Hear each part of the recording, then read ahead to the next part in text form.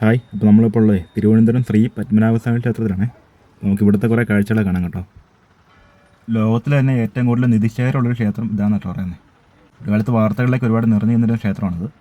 ഈ ക്ഷേത്രത്തിന് 5000 വർഷം പഴക്കമുണ്ടെന്ന് പറയുന്നു. പിന്നെ മാർത്താണ്ഡവർമ്മയുടെ കാലത്ത് 1733 ഇത് പുതുക്കിപ്പെടുന്നത് കേട്ടോ. ഈ രീതിയിലാക്കിയത് 1733 പിന്നെ ഈ ക്ഷേത്രക്കുളത്തെ പറ്റി പറയുകയാണെങ്കിൽ പത്മതീർത്ഥം കുളം എന്നാട്ടോ പറയുന്നത്.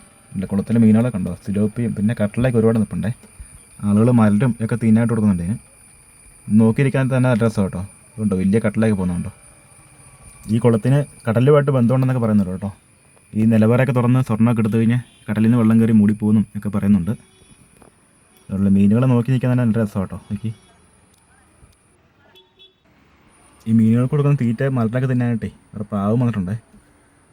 പിന്നെ ഹിന്ദുക്കൾക്കും പ്രത്യേക വേഷം ധരിച്ചവർക്ക് മാത്രമാണ് ക്ഷേത്രത്തിൻ്റെ അകത്തേക്ക് പ്രവേശിക്കാനുള്ള അനുവാദമുള്ളൂ. പിന്നെ ആ ക്ഷേത്രത്തിലേക്ക് നോക്കുകയാണെങ്കിൽ കുറേ ശില്പങ്ങളൊക്കെ കൊത്തിവെച്ചിരിക്കുന്നത് കാണാൻ സാധിക്കും. ഇത് ദേവികളുടെയും ദേവന്മാരുടെയൊക്കെ ശില്പങ്ങളാട്ടോ. ഇത് കല്ലിലും കുമ്മായത്തിലും ഒക്കെ ആയിട്ടാണ് പണിതിരിക്കുന്നു പറയുന്നു. പിന്നെ ഇതാ ഗോപുരത്തിൻ്റെ മുകളിൽ കാണുന്ന 7 കുടങ്ങൾ, ഇത് സ്വർണ്ണ കലശങ്ങൾ എന്താട്ടോ പറയുന്നത്. ഇത് ക്ഷേത്രത്തിൻ്റെ ഐശ്വര്യത്തിനെ സൂചിപ്പിക്കുന്ന കേട്ടോ. അപ്പോൾ നമുക്കിനി കുറച്ച് നേരം ഈ കുളത്തിലെ മീനുകളെയും പ്രാവുകളെയും കാണാവേ.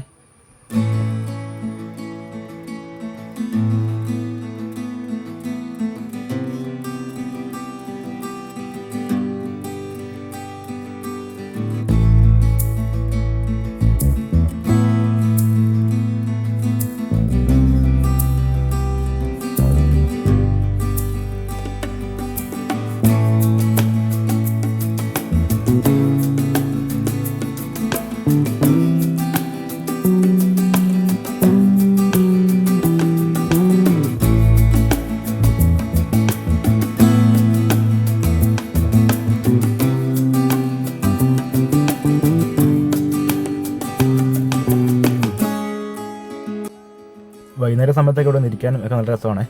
അപ്പോൾ എനിക്ക് കിട്ടിയ കുറച്ച് വിവരങ്ങൾ മാത്രം ഷെയർ ചെയ്തെന്നുള്ളേ. ഇപ്പോൾ ഈ ക്ഷേത്രത്തെപ്പറ്റിയൊക്കെ ഒരുപാട് ചരിത്രവും കാര്യങ്ങളൊക്കെ ഉള്ളതാണ്.